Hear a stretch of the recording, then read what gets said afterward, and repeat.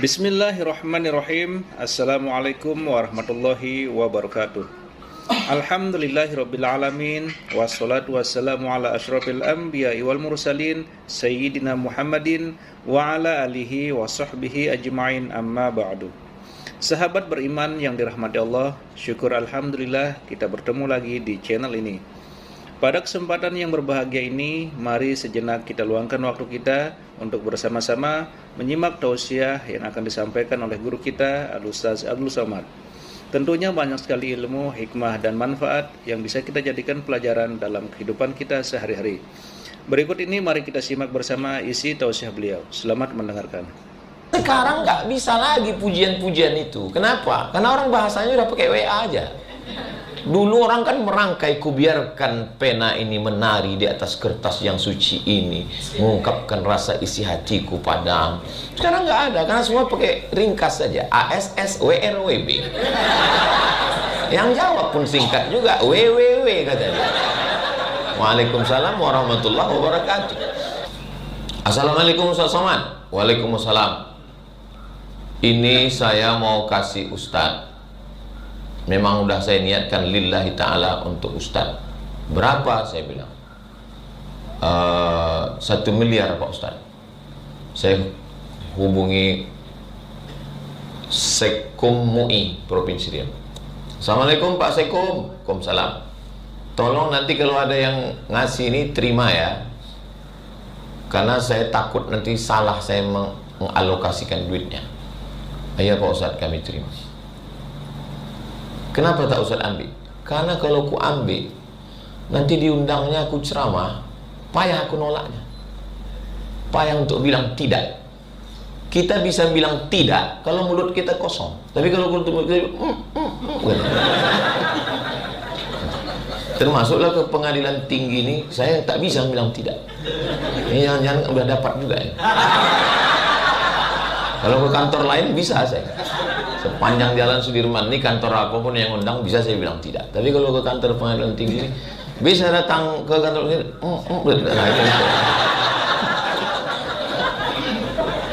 Itu.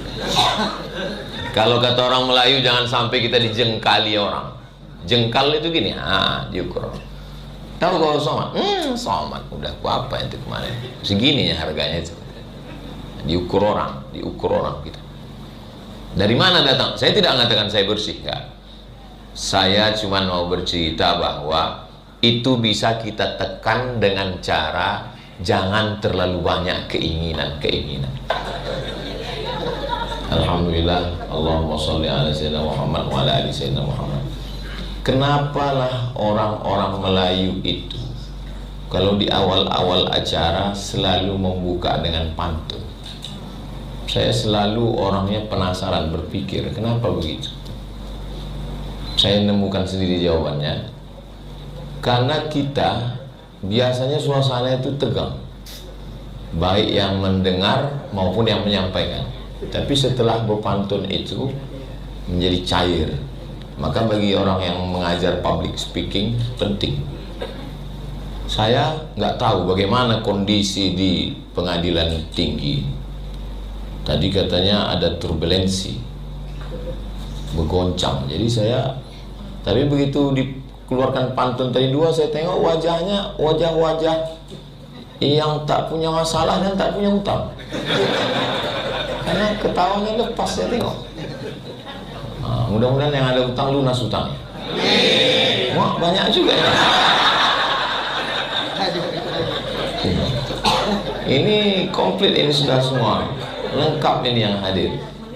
Yang menangkap polisi, yang menuntut jaksa, yang memutuskan hakim. Jadi udah pas semua. Hadir bersama kita dari wali kota yang kesempatan ini diwakili oleh Bapak Sekda. Minumnya kelapa muda, makannya makan prata. Awalnya jadi sekda, lama-lama bisa jadi wali kota. Mungkin pantun ini sekarang biasa aja, tapi tahun-tahun ke depan bisa jadi bermakna. Filenya disimpan insya Allah.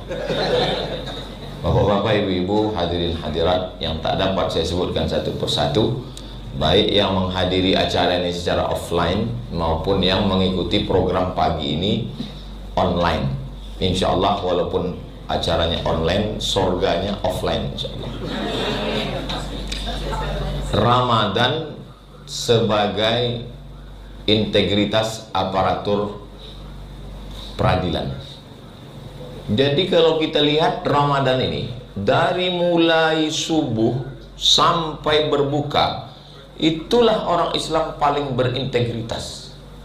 Kalau mau menengok orang Islam itu, kalau ada orang mengatakan Muslim terbesar di dunia Indonesia, tapi kenapa korupsi juga banyak?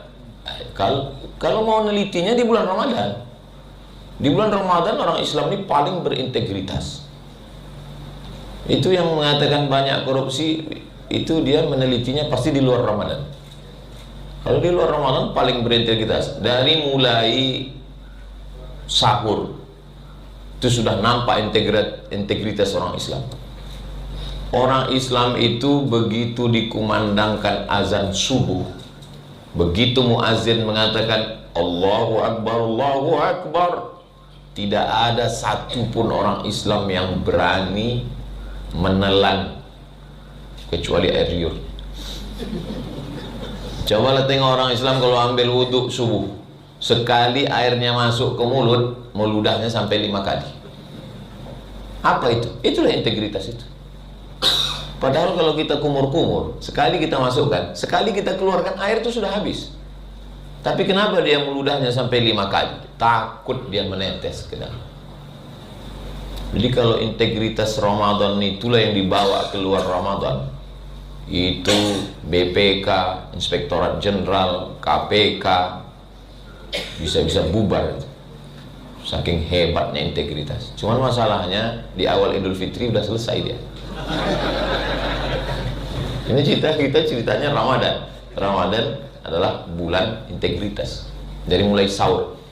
Mazhab yang paling tinggi tingkat kehati-hatiannya adalah mazhab Syafi'i. Saya 2 kali Ramadan di Mesir, di Maroko tahun 2005-2006, 2 kali Ramadan. Di Mesir 99, 2000, 2001, 2002, 4 kali. Tidak ada imsak. Kalau nggak percaya sama saya, tanya sama istri bapak Ketua Pengadilan Tinggi Agama, Ibu Dr. Tuti. Beliau kakak kelas saya di Mesir. Nggak ada yang namanya sirine imsak. Itu nggak ada. Jadi kami ya makan aja, makan. Pas sedang makan itulah azan. Allahu Akbar, Allahu Akbar. Kalau sampai ditelannya, batal puasa. Itulah hebatnya mazhab Syafi'i. Maka ada namanya imsak. Dari mana datangnya imsak? Dari mana datangnya cinta? Dari FB turun ke WA. Dari mana datang kecewa? Pas jumpa mukanya beda. Dari mana datangnya imsak? Imsak itu datangnya dari pertanyaan kepada sahabat Nabi, berapa lama jarak Nabi makan ke azan? Dijawab 50 ayat. 50 ayat tidak terlalu panjang, tidak terlalu pendek. Itu diukur 10 menit.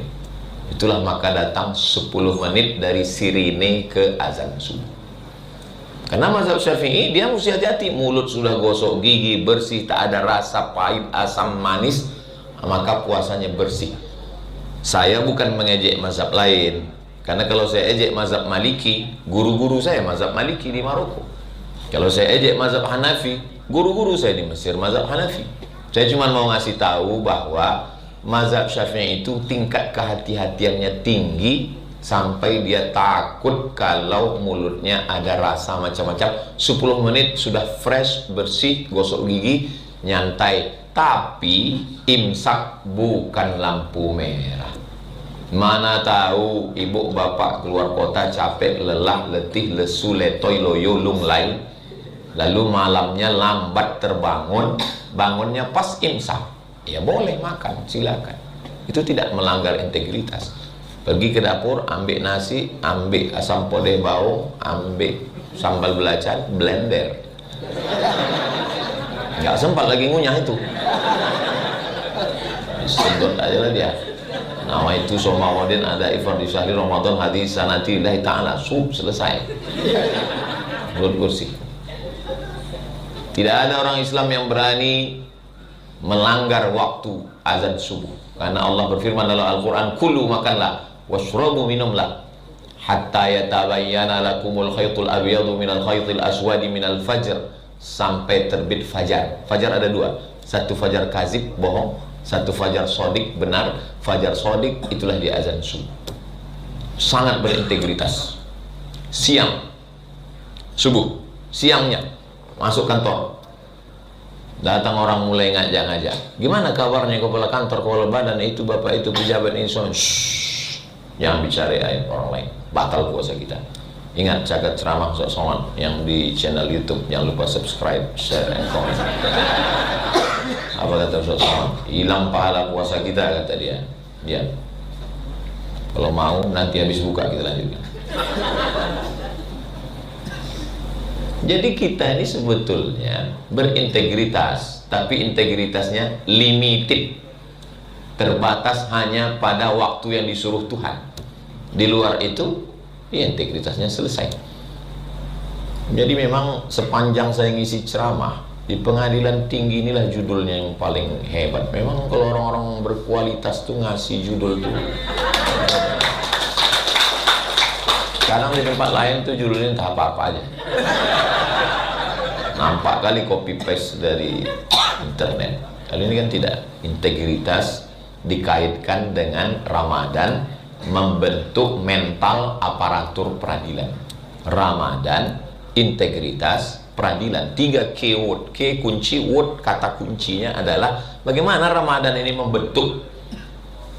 Siapa yang umurnya 40 berarti dia sudah dibentuk oleh Ramadan selama 30 kali. Yang 10 itu anggaplah tak hitung. Puasa anak bawang, puasa setengah hari. Habis, masuk siang, masuk waktu sore. Tidak ada orang Islam yang berani makan sebelum azan maghrib. Gak ada. Yang meletakkan kurma di bibir, ada videonya saya tonton. Letakkannya kurma ini. Ada videonya. Begitu Pak, Allahu Akbar, langsung masuk. Ada. Sekedar masuk. Karena lewat di tenggorokan dia baru batal. Kalau hanya diletakkan di mulut tak batal. Kalau ada yang mau letakkan, letakkanlah. Lewat dia di sini baru batal. Itulah dalil mazhab Hambali, mencicip makanan tak batal. Karena perasa yang ada di lidah itu tak sampai ke sini. Nah, maka kalau ada orang mencicip gulai, Ustaz, apa hukumnya? Pernah saya tengok di internet ada orang mencicip gulai. Tidak batal menurut mazhab Hambali, tapi 3 mangkuk Pak Ustaz. Saya tidak pernah mengamalkannya. Kenapa Ustaz tak amalkan? Saya termasuk orang yang cepat khawatir, was-was, khawatir. Maka mazhab Hambali, mazhab Syafi'i tingkat kehati-hatian tinggi. Maka dia khawatir kalau dia letakkan santan gula merah di sini, di ujung lidah ini, perasa, habis itu diludahkannya lagi. Enggak apa-apa. Tapi kadang datang setan berbisi. Alladzi yuwaswisu fi sudurin nas minal jinnati wan nas. Dari 3 sampel tadi, dari mulai sahur, siang Ramadan, sampai waktu berbuka, sesungguhnya orang Islam itu dilatih berintegritas. Integritas lawannya adalah disintegrasi. Integrasi menyatu, disintegrasi Indonesia pecah, na'udzubillah. Maka kita takut Indonesia ini terpecah belah, kita mau bersatu terus, jangan sampai seperti Uni Soviet. Maka integritas sebetulnya artinya kepribadian yang menyatu. Jangan sampai kepribadian kita ini pecah, lain di mulut, lain di hati, lain di bibir, lain di kolbu. Makanya tadi Bu Ketua Pengadilan Tinggi mengatakan bagaimana kita mengasah kolbu kita ini. Suara pesawat ini menunjukkan bahwa Polda tidak bisa mengatur jalur pesawat. Kalau bisa kan dialihkan ya itu. Jadi manusia ini punya keterbatasan.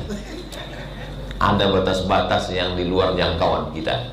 Saya insya Allah bisa mengatur tangan saya untuk bergerak atau tidak. Saya insya Allah bisa mengatur mata saya.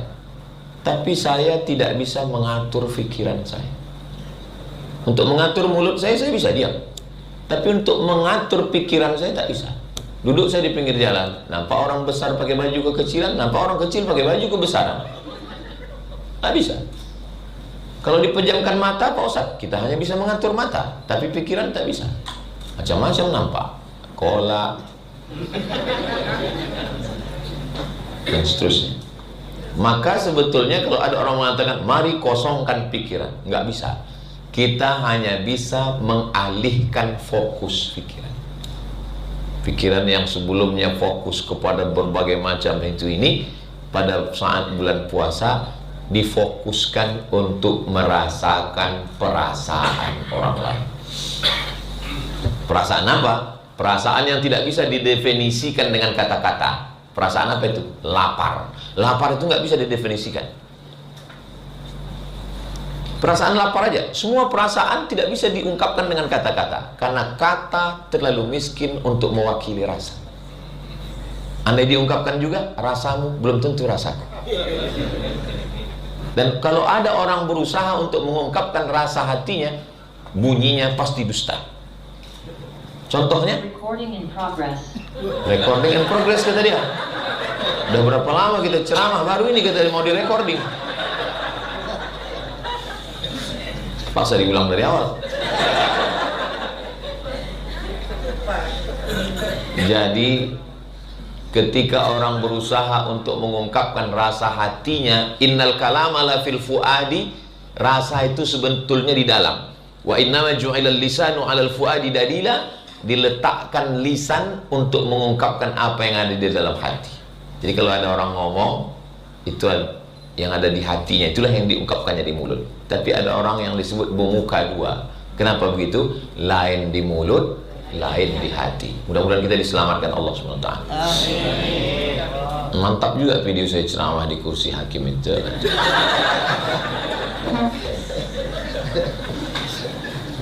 Jadi ketika kita,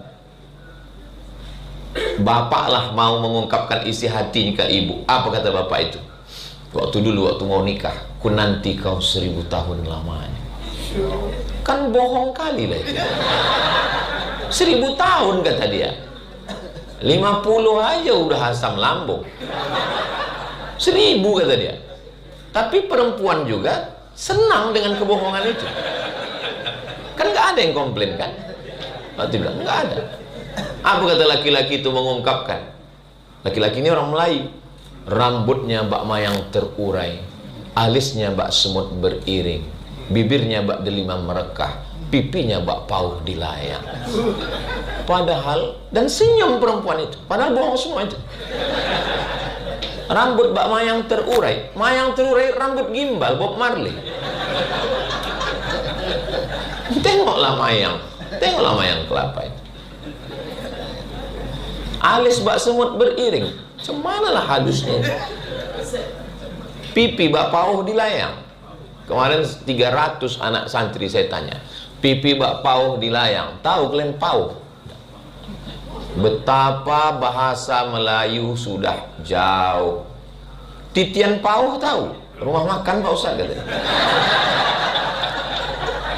Ini parit.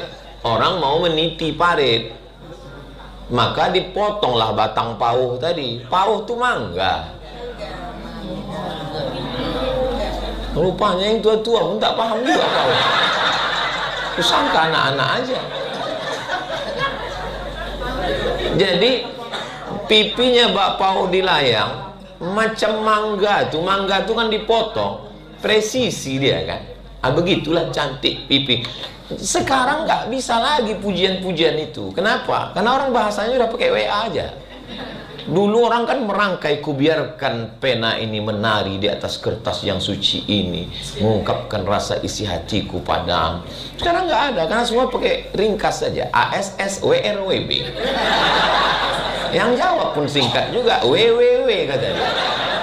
Waalaikumsalam warahmatullahi wabarakatuh. Disangka orang barat WWW. Jadi sebenarnya kita tidak bisa menghalangi pikiran kita. Maka datanglah Islam mengajarkan untuk fokus memikirkan, sehingga kita ini pikiran ini kalau tidak diajak untuk memikirkan perasaan orang lain, saya kalau tak saya ajak pikiran saya ini untuk memikirkan perasaan orang lain. Bagaimana orang lapar, seminar internasional tentang lapar tidak melahirkan apa-apa. Kenapa? Narasumbernya kenyang, panitianya kenyang, sehingga rekomendasinya nggak ada. Orang kenyang tidak bisa cerita tentang lapar. Hanya orang lapar lah yang bisa mendefinisikan tentang lapar. Apa itu lapar? Islam tidak mengajarkan menurut etimologi, menurut terminologi, enggak. Apa itu lapar? Kau makan sahur, habis itu buka kau jam azan maghrib. Nah, itulah dia lapar. Rasakan sendiri, melilit, menengok lampu merah pun macam semangka, lampu hijau macam melon. Nah, jadi mengapa orang bisa rusak integritasnya? Karena keinginan yang terlalu berlebihan. Ingin ganti mobil, ingin ganti motor, ingin ganti itu. Makanya pikiran itu difokuskan untuk memikirkan orang lain.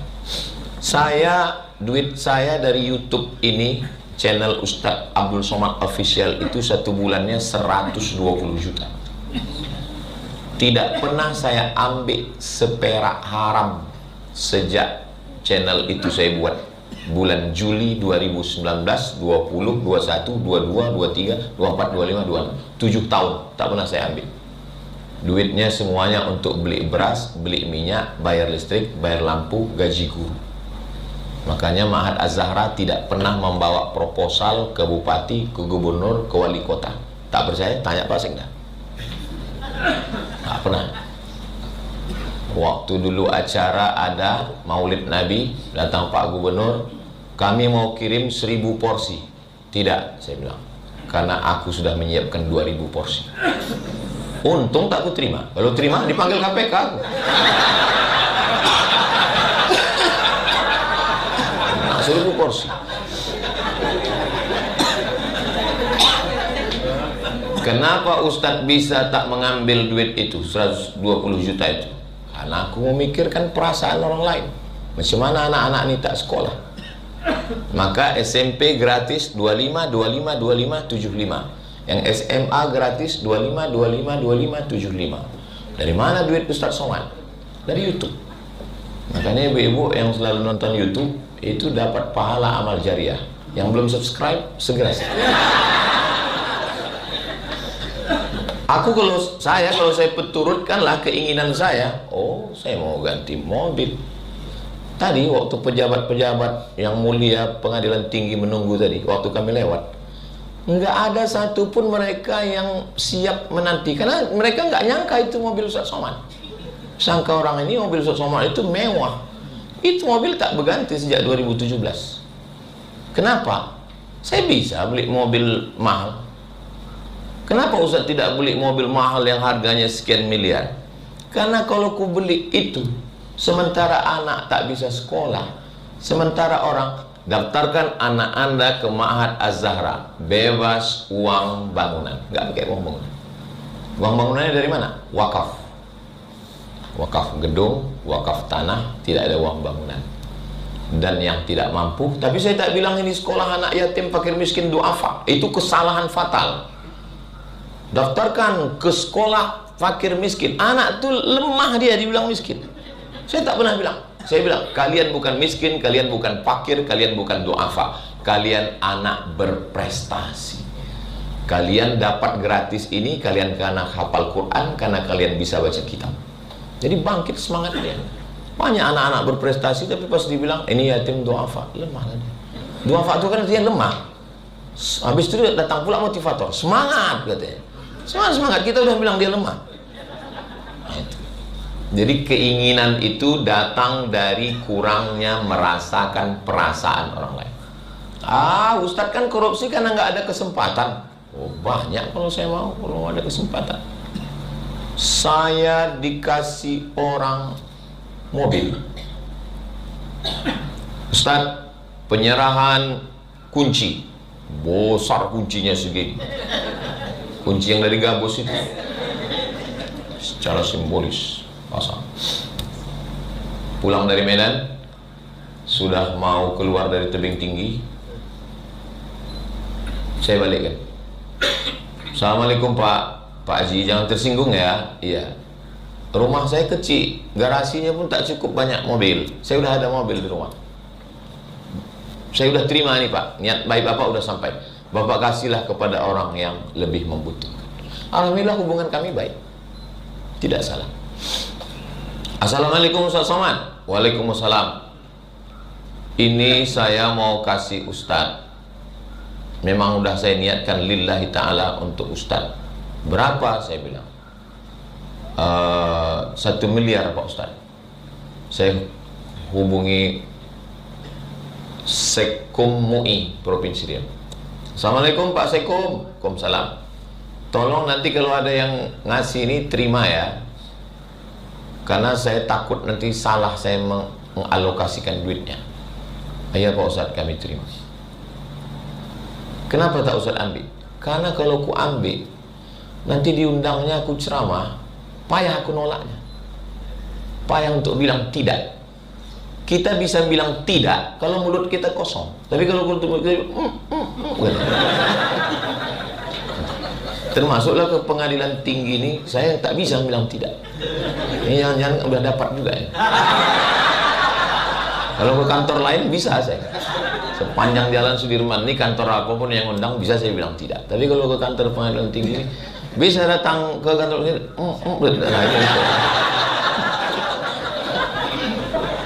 Itu. Kalau kata orang Melayu, jangan sampai kita dijengkali orang. Jengkal itu gini, diukur. Tahu kalau Somad? Somad udah apa itu kemarin? Segininya harganya itu. Diukur orang gitu. Dari mana datang? Saya tidak mengatakan saya bersih, enggak. Saya cuma mau bercerita bahwa itu bisa kita tekan dengan cara jangan terlalu banyak keinginan. Saya termasuk yang suka batu. Suka saya cincin batu. Makanya saya kalau sedang pergi umroh, lamalah balik dari masjid. Kemana aja kata orang rumah, nengok-nengok batu di jalan itu. Singgah toko batu. Zamrud, ya Masya Allah, Jamil. Berapa nih? 40 juta nih, letakkan balik. Zamrud. Ada yakut, ruby. Orang Melayu menyebutnya delima. Oh, Jamil, cantik. American Star, bercahaya. Ada marjan. Oh, maujud fil Quran. Yakhruju minhumal lu'lu' wal marjan. Cantik, pasang-pasang foto, letakkan balik. Kenapa? Karena kalau ku beli harganya 40, berarti 40 anak bisa bebas sekolah bulan ini. Satu anak 1 juta, 40 anak. Itulah yang sedang Ramadan. Jadi kalau ada orang yang puasanya hebat, Senin Kamisnya hebat, tapi shoppingnya juga hebat, itu puasanya belum lagi menyentuh qalbu. Ini bukan bahasa saya ini ya, ini bahasa Ibu Ketua Pengadilan Tinggi. Berapa kali tadi beliau menyebut? 3 kali seingat saya tadi, menyentuh qalbu. Kalau puasa menyentuh hati, ringan tangan berbagi. Tapi kalau puasa baru menyentuh lambung, tinggi nasi membumbung. Itu makanya saya hampir tidaklah kalau untuk ceramah menjelang berbuka. Wartawan-wartawan minta, bagaimana kalau Ustaz acara berbuka? Saya bilang pilih pagi atau sekalian tarawih malam. Tarawih aja lah Pak Ustaz. Pengadilan tinggi, saya bilang pagi atau malam. Kalau gitu pagi. Kenapa menjelang berbuka? Menjelang berbuka itu pikiran jamaah itu udah tak ada lagi ingat-ingat Ramadan apa, nggak ada itu. Menengok ustadz itu pun hanya pelengkap penderitaan aja itu. Itu maka saya minta pagi ini kan masih fresh lagi. Sepala tarawih sekalian. Jadi pertama bahwa Ramadan memang bulan integritas. Yang kedua, pikiran kita hanya bisa kita alihkan. Makanya kita disuruh datang ke panti asuhan. Yang selama ini transfer ke panti asuhan bagus. Tapi kalau ditengok langsung, pergi arah ke kota Pekanbaru, nanti sebelum simpang ke An-Nur belok kiri ada panti asuhan situ. Masuk situ. Bawa anak, bawa istri, bawa nasi bungkus. Habis bulan Ramadan. Assalamualaikum Pak Ketua Panti. Waalaikumsalam. Berapa anak di sini? Ada 100 orang. Kami mau makan siang sini. Sama semuanya Pak? Enggak, 2 orang aja. Kebetulan cuma bawa 2 bungkus kan? Makan sama dia. Anak kita tuh kita bawa masuk ke kamar. Izinnya Pak Ketua, boleh kami tengok kamarnya? Iya, supaya mata anak kita tuh menengok kasurnya, menengok dapur tempat makannya, menengok meja belajarnya. Insya Allah anak kita balik berpikir dia. Inna sam'a, telinga mendengar, wal basar, mata menengok, wal fuad, hati berpikir. Dari mana datang berpikir? Berpikir itu di sini atau di sini Pak Ustadz? Ternyata baru ditemukan heart mind. Heart hati, mind hati, heart, mind. Pikiran yang ada di hati. Ada pikiran di sini, ada pikiran di sini. Makanya bunyi ayatnya dalam Al-Qur'an, am ala qulubin aqfaluha afala yatadabbaruna al-Qur'an, mengapa mereka tidak merenungkan Al-Qur'an, atau hatinya. Ternyata di sini. Hati di sini Pak Ustaz, liver namanya. Kalau yang di sini berdegup berdetak sebesar jantung, jantung. Sebetulnya hati atau jantung? Daripada berkelahi kita buat dua-duanya, jantung hati. Sebetulnya terjemah qalb itu adalah jantung yang berdegup, yang berdetak, 2 jari di bawah berdegup berdetak. Degupnya yang normal. Kalau yang tak normal, biasanya jantung itu tak normal disebabkan 2. 1 jatuh cinta, yang kedua jatuh tempo.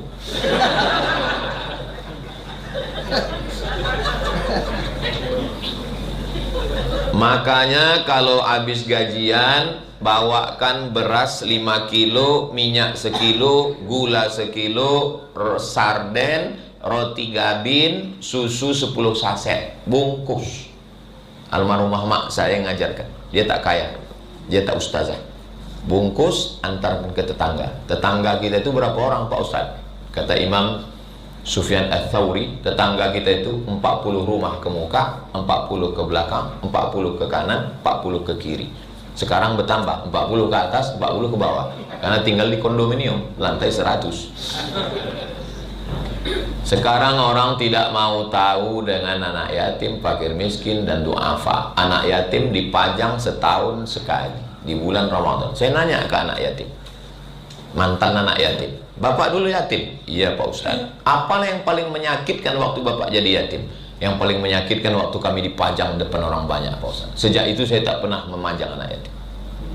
Kalau mau ngasih anak yatim, bungkus antar ke rumahnya. Ibu yang bapak yang belanja, bapak yang bungkus, ibu yang ngantar.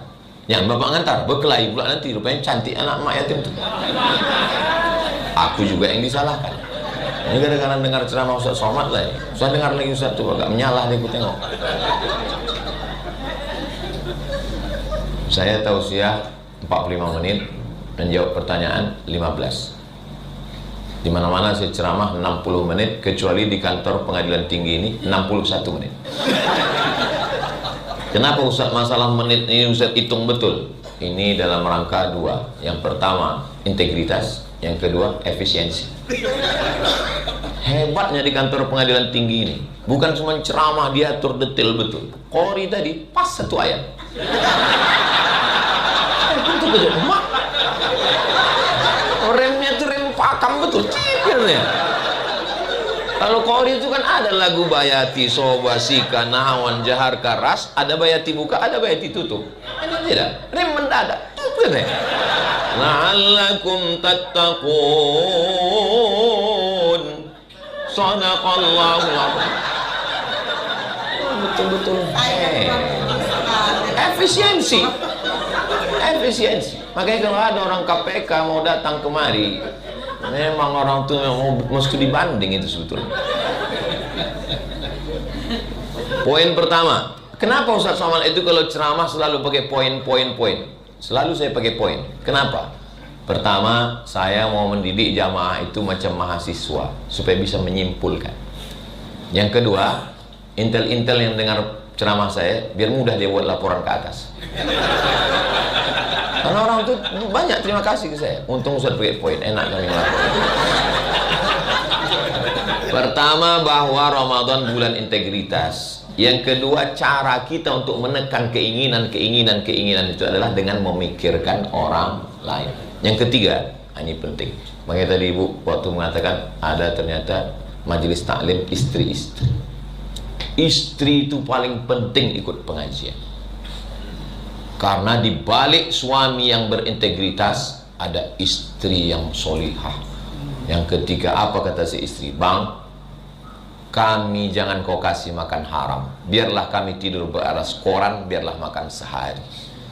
Ini dalam sinetron Indosiar.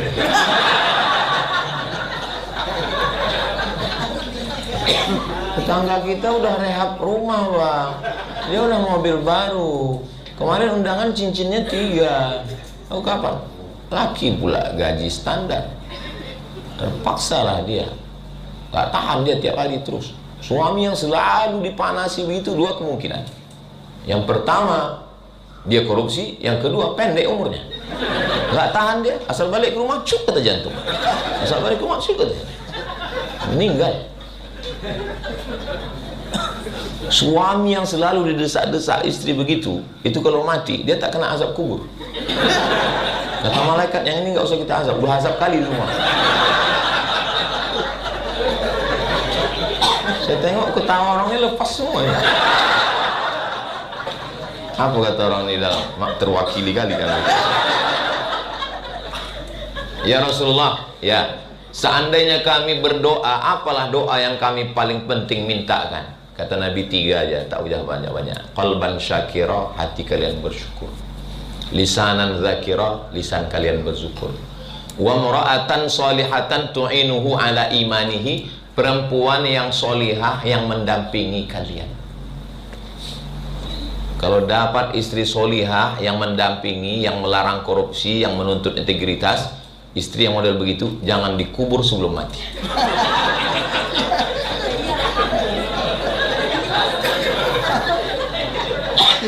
Aku Pak Ustadz, gak tahan kali lah aku dengan biniku ini Pak Ustadz. Setiap aku keluar kota ditanyanya, kau tinggal di hotel mana, hotel syariah apa konvensional, baju koko yang kuletakkan udah kau pakai atau belum, tolong kirim fotomu sama siapa. Makanya banyak kali saya kalau ketemu jamaah tuh foto sama saya. Foto Pak Ustadz, foto saya heran, saya tengok pokoknya mau laporan ke rumah.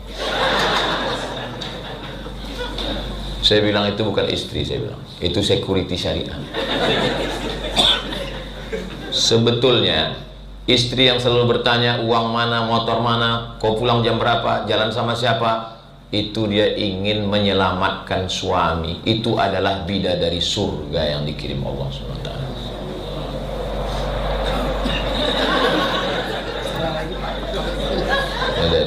Makanya pulang dari sini, bapak yang istrinya tak ikut, pulang dari sini bilang ke dia, oh my angel, kau adalah malaikat penyelamat, kau adalah bidadari surgaku. Kata dia, bang, kawanku kemarin gitu juga, lakinya waktu itu mati. Laki-laki ini susah untuk berkata-kata mesra. Ustaz kok tahu? Saya begitu. Saya termasuk mendengar-dengar gitu tuh mau muntah saya. Saya nggak mesra orang. Jadi gimana lah Ustaz ngomong ke istri Ustaz kalau mengungkapkan sayang? Saya kirim WA. Ada orang yang susah melalui lisan, pakai WA. Nah, kenapa? Karena perempuan itu dibesarkan hatinya. Idkhalus surur, bahagiakan dia. Maka insya Allah bapaknya baik, ibunya baik, terselamatkan, berintegritas, selamat bukan karena ketakutan pada hukum, tapi karena hati yang sudah tersentuh. Yang pertama, Ramadan membentuk integritas. Yang kedua, pikiran memikirkan perasaan orang lain. Yang ketiga, kita nggak bisa sendiri, pendampingnya. Sehebat apapun laki-laki, begitu juga perempuan, kalau pendamping ini nggak bisa. Memang hidupnya begitu. Ada kadang suami bagus, bini mak lampir. Ada istri bagus, laki genderuwo. Kalaulah sudah laki genderuwo, bini sundel bolong, anak tuyul, hancurlah negara ini. Negara ini kan terdiri dari komunitas suku bangsa. Kalau diperkecil menurut ilmu sosiologi, dia hanya kumpulan dari beberapa person. Suami yang baik, ketemu istri yang baik, lahir anak-anak baik, muncul keluarga yang baik. Keluarga, rukun warga, rukun tetangga. Jadi sebetulnya personnya baik. Makanya orang baik dipertemukan dengan orang baik. Nah, bapak yang sudah baik, istrinya mesti ngaji. Makanya di Ma'had Az-Zahra ada pengajian khusus ibu-ibu sore Jumat, baca Yasin, ba'da asar, tahtim tahlil. Saya ngisi pengajian sekali, habis itu ustaz-ustaz yang lain. Kenapa? Istri ini mesti pengajian. Alhamdulillah saya tengok di mana-mana pengajian di Pekanbaru ini perempuan lah yang paling banyak. Perempuan banyak. Datang pula ustaz ceramah, yang paling banyak masuk neraka adalah perempuan. Itu kan nyari gara-gara. Udah mau orang mengaji, bilang pula dia masuk neraka. Langsung panitia dia bilang, usah undang ustaz itu lagi. Awak aja masuk neraka, kata dia. Dia lebih dulu lagi, kata dia. Nah, ini jadi insya Allah berintegritas ini. Orang Barat itu nggak percaya sama Tuhan, nggak ada dia puasa-puasa. Kenapa dia bisa menjaga integritas? Orang yang jahat kalau tinggal di negara yang hukumnya pasti, dia akan jadi baik. Orang yang suka buang puntung rokok sembarangan, yang suka meletakkan permen karet di bawah meja, upilnya sekalian, itu begitu dia tinggal di Singapura, langsung dia akan menjadi orang disiplin. Kenapa? Karena ada kepastian hukum. Jadi integritas ini juga ada yang datang dari dalam, ada yang dari luar. Yang dari dalam itulah disentuh dengan sholat. Semua ibadah kita itu jangan terjebak pada ritual. Allahu Akbar, sami Allahu liman hamidah, Allahu Akbar, Allahu Akbar, Assalamualaikum warahmatullahi wabarakatuh. Sholat. Tapi sebenarnya dalam sholat itu integritas. Masya Allah, sangat luar biasa tausiah yang sudah disampaikan oleh guru kita Al-Ustaz Abdul Somad.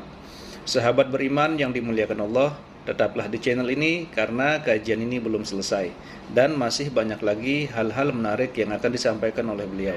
Mari kita lanjutkan kembali. Selamat mendengarkan. Segatal-gatalnya kepala, cuman sekali dia berani menggaru kalau mazhab Syafi'i. Nggak berani dia garu berkali-kali. Kenapa? Harakah ajnabiyah, batal sholat. 3 kali. Gatal juga, pergi ke apotik, beli obat kurang. Mazhab Syafi'i kalau dia sholat matanya menengok tempat sujud. Kalau ada orang sholat menengok ke depan, mazhab Maliki.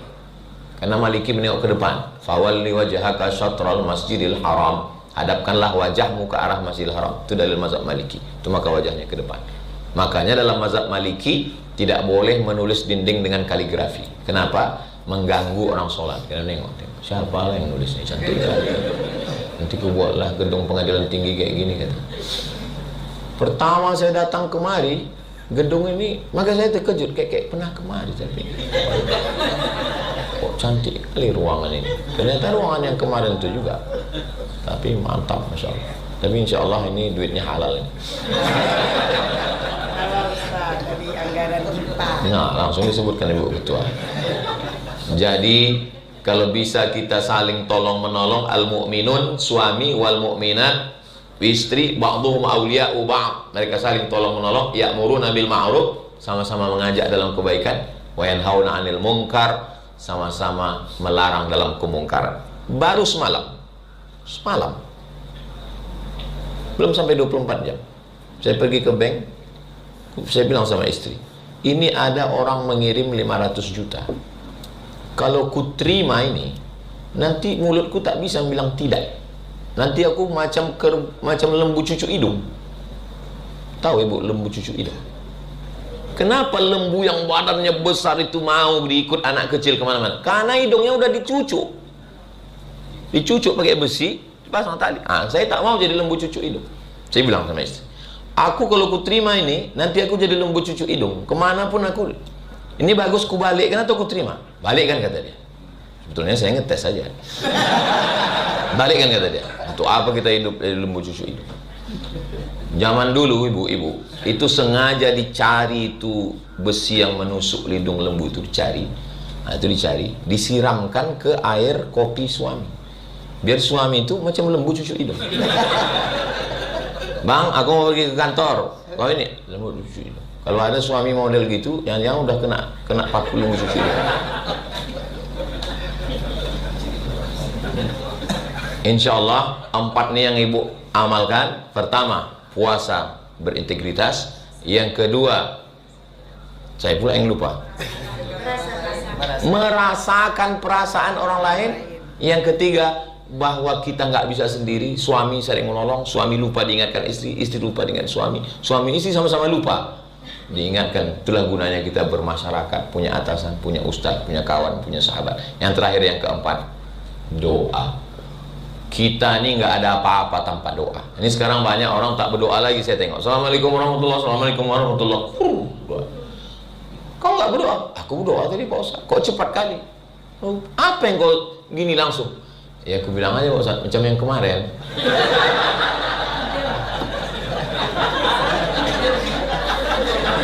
Itu doa. Doa silahul mu'min.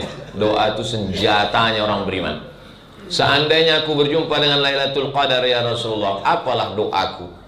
Kata Aisyah bertanya, kata Nabi, doanya Allahumma ya Allah, innaka afuun, engkau maha pemaaf, tuhibbul afwa, cinta kepada maaf, fa'fu anni, maafkan aku. Itulah mengapa Bilal tiap malam, Allahumma innaka afuun, tuhibbul afwa, fa'fu anna ya karim.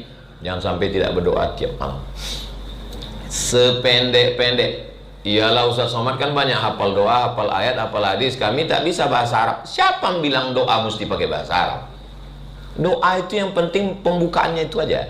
A'udzubillahi minasyaitonirrajim. Bismillahirrahmanirrahim. Alhamdulillahirabbil alamin wassalatu wassalam. A'udzubillah, bismillah, alhamdulillah, shalawat.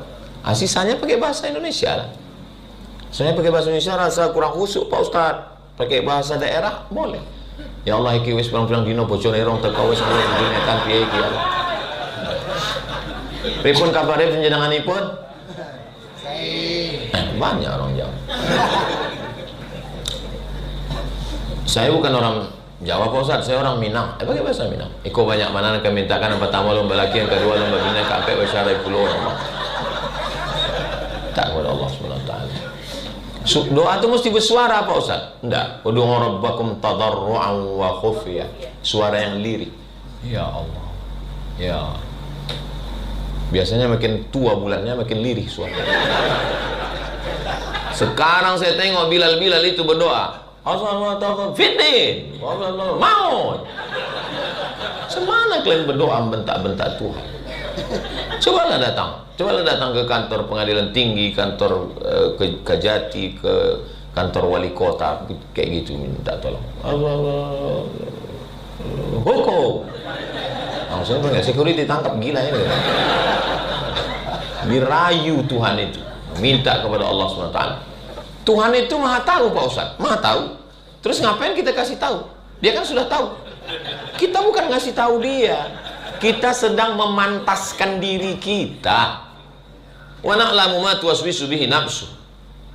Aku tahu apa yang berbisik-bisik dalam hatimu. Belum terdetak di hatimu, aku sudah tahu.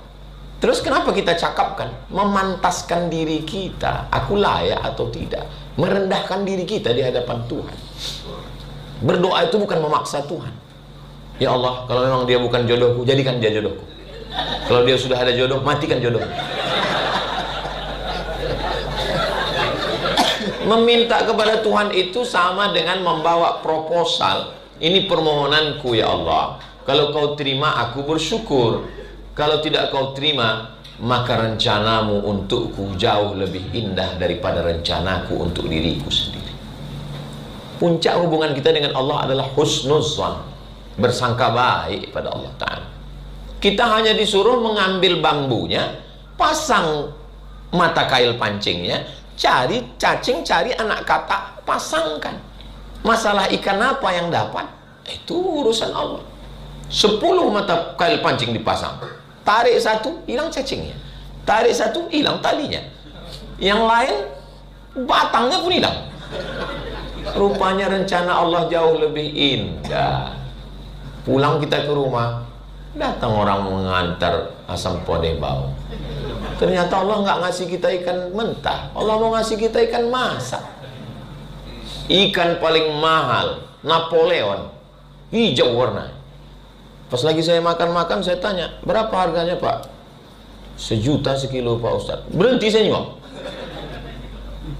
Ikan orang kaya, betelur ikan itu 300.000 telurnya. Begitu menetas 300.000 telur ikan itu, salah satu ikan itu terpancing sama orang di laut. Waktu dipancingnya, apa kata anaknya? Makan enak kita ya? Enggak, dijual untuk uang semester kau. Kenapa tak jadi dimakannya? Karena tertulis di ikan itu ada tulisan milik Abdul Somad. Bukan rezeki dia, rezeki saya. Sampai ke Batam, mau dimakan sama penjual. Kita makan ya, kata suaminya, kata istrinya, jangan bang. Bagus untuk hasil jualan untuk anak kita mau sekolah. Tidak dimakan, karena bukan rezeki dia. Akhirnya sampai ke Pekanbaru, belanjalah istri-istri pejabat itu. Menunjuknya begini, ini berapa sekilo katanya. Ikan mahal. Mana sini ikan paling mahal? Ini Napoleon, 1 juta sekilo. Beli.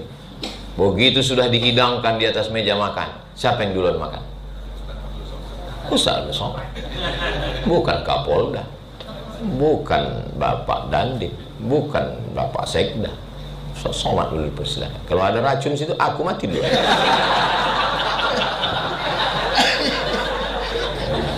Itulah.